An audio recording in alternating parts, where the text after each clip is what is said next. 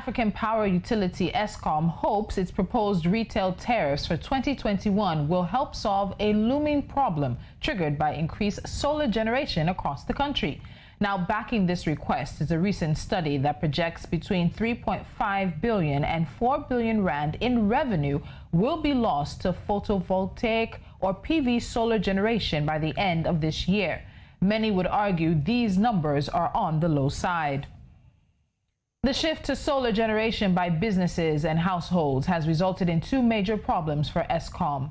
The energy regulator has asked, or rather said, that Eskom will be able to earn about 6.04 billion, about 500 million rand from customers. This comes after a court decision on Thursday that set aside several of its earlier decisions. The state-owned company is mired in a financial crisis and struggles to power Africa's most industrialized economy because of regular faults at its coal-fired power stations. It argues that one of the major reasons for its financial woes is that the regulator, which is the National Energy Regulator of South Africa, NERSA, has consistently awarded it lower tariff increases than it has applied for. The regulator says it tries to strike a balance between Eskom's interests and those of power consumers. But in two rulings last year, the High Court set aside a series of NERSA's decisions, calling some of them procedurally unfair and irrational. Eskom made a supplementary revenue application to the regulator for the 2018-2019 financial year, and the regulator had to review decisions it took on a clawback mechanism for the years 2014 all the way through 2017. The regulator said that if Eskom were to recoup the whole 6.04 billion rand during 2021-2022, it would result in an estimated tariff increase of 10.95%, factoring in early clawback decisions it had taken. Now joining me on Business Edge is financial. We're expecting our guests to join us very soon. And when we have him on, we'll be having this conversation as it applies to South Africa, to Eskom, and of course more. We're taking a break.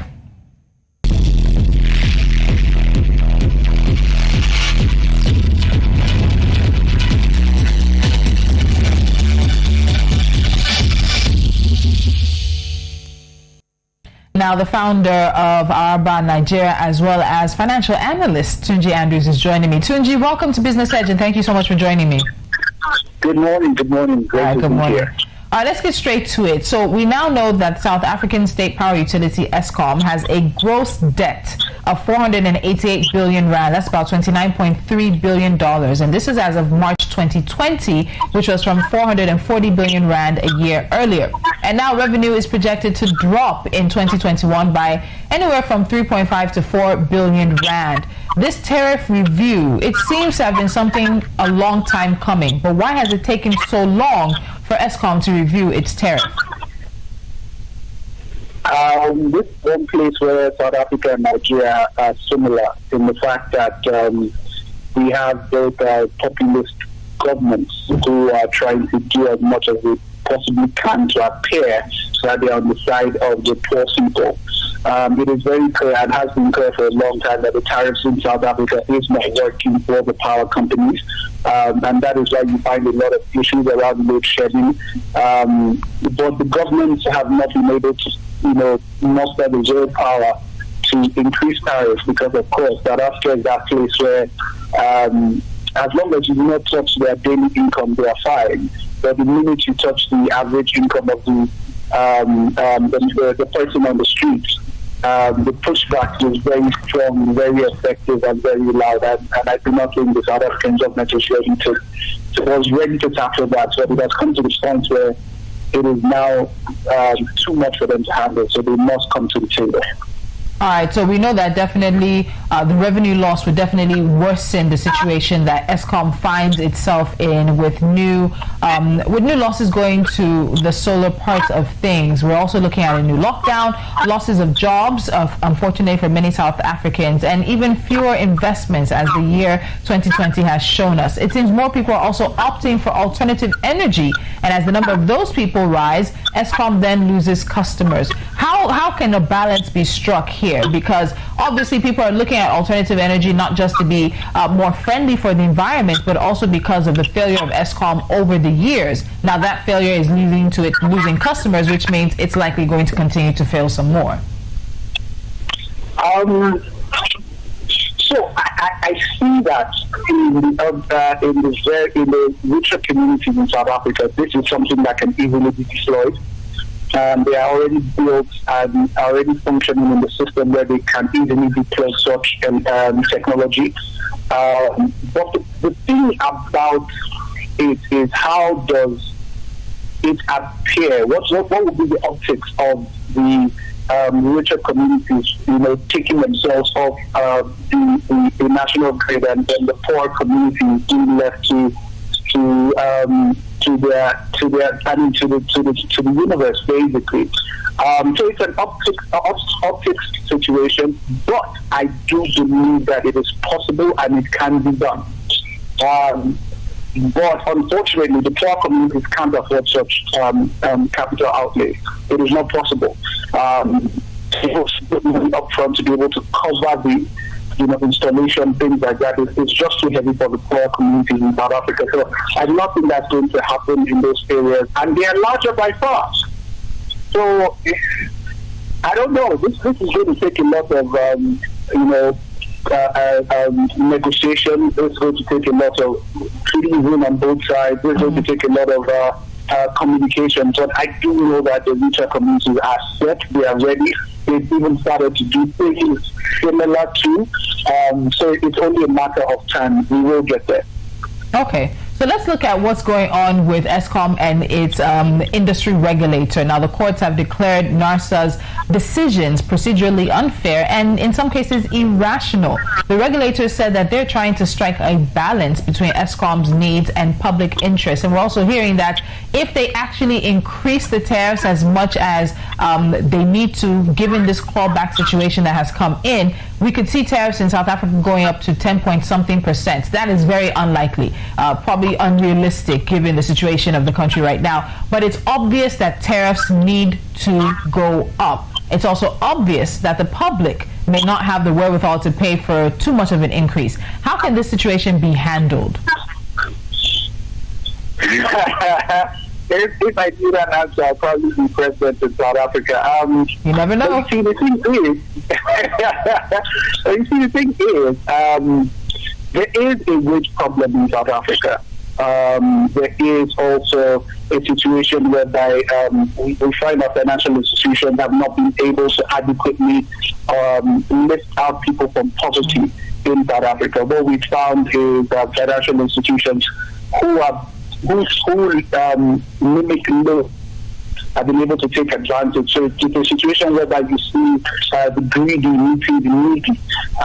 And it's been a situation whereby regulators have had to step in to try and mitigate, because we found riots based on things like simple things like loans. I didn't know that was what you were giving me. So it's a case where we clearly can see that the poor South African cannot afford anything of an increase. But there must be this increase. So what I think in the interim is that there might be a balance where it's either the government will have to pay for the difference, or we will have to have the richer communities and maybe the mines and things like that need electricity will have to pay extra. And then there might be, scheduling like, okay, this community pays X -2, this community pays X +3. In a sort of way to kind of balance out the equation. But this will not be an easy conversation with anybody, the rich or the poor. So it will take extensive conversations over a period of time.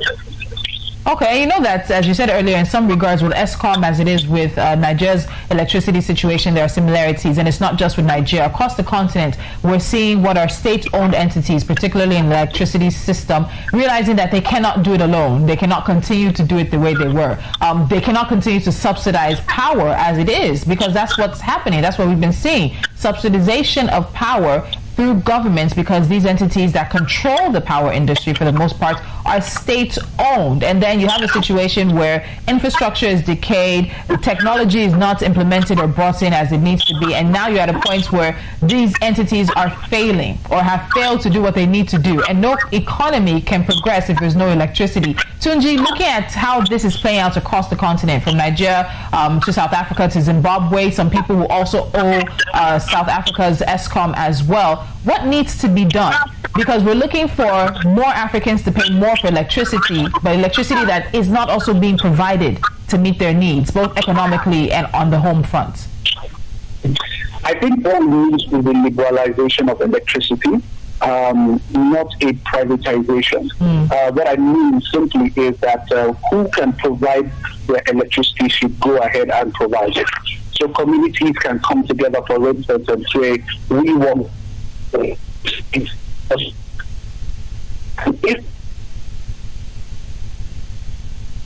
sell to people who do not have electricity, and in that way the government can then scoop up what is left over and give to those communities that are less privileged, and be able to even make money for those who have been able to invest in electricity. What that will do, and this is what is happening in a lot of communities and a lot of countries in Europe, what will that do is that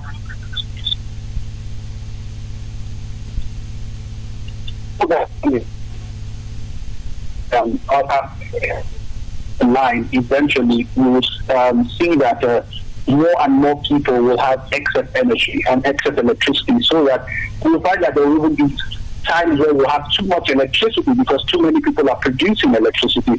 But eventually we need a situation whereby we give people who can produce the power to go and produce, and then government just regulates the standardization of this electricity that we're all producing. But until we do that, it's clear, and let's not mind to us, there's no government across the world who can across Africa, who can effectively produce and provide electricity for its people on the scale that it is needed. We need private hands to come in. And of course, the private hands will want to charge very exorbitant fees across board. And since that cannot happen, what we need to do is allow those people who can produce it for themselves, go ahead and produce it, and then the excess can be sold to the poorer communities. Until we do this, I do not think we're going to be able to move forward as concerns electricity in Africa. All right, let's talk about another issue that has bedeviled Eskom, and that's load shedding. Now, according to some research, load shedding cost South Africa's economy at least 59 billion rand in 2019. This effectively, some have said, also pushed the country into recession. Now, what are your thoughts on the current situation in terms of how this can be handled, as we see that so much of the issues with Eskom have been load shedding, and then, of course, making sure that there is rotation of the electricity needs of the populace?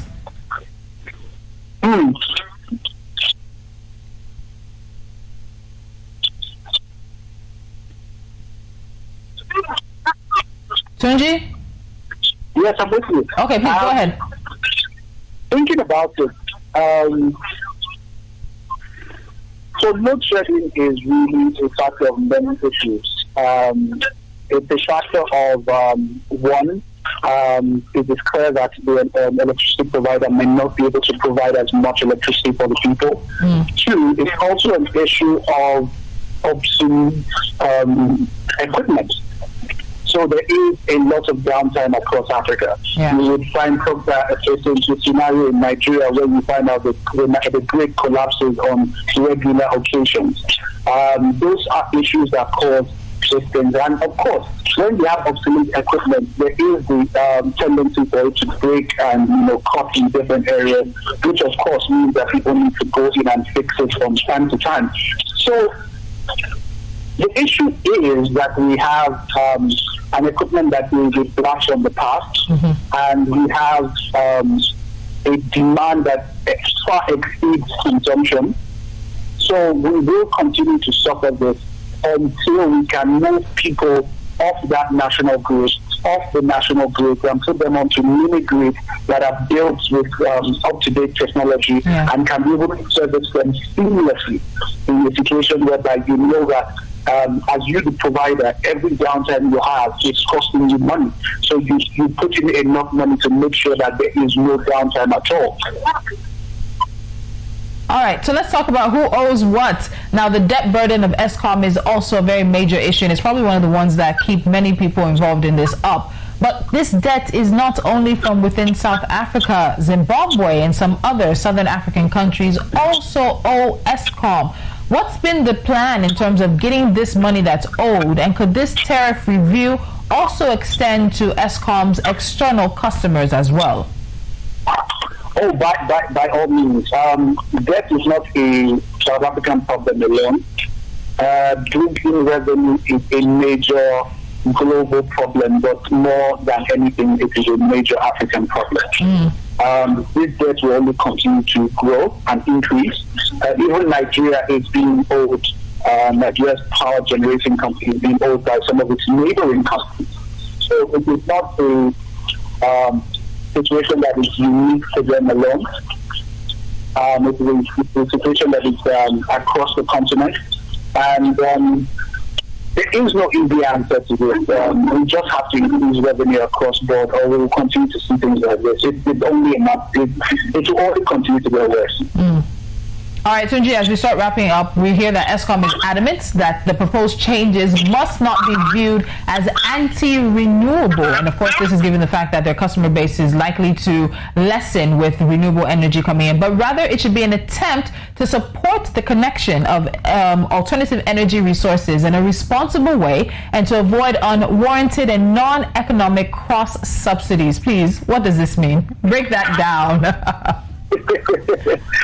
All you just said is PR to try and manage people's expectations.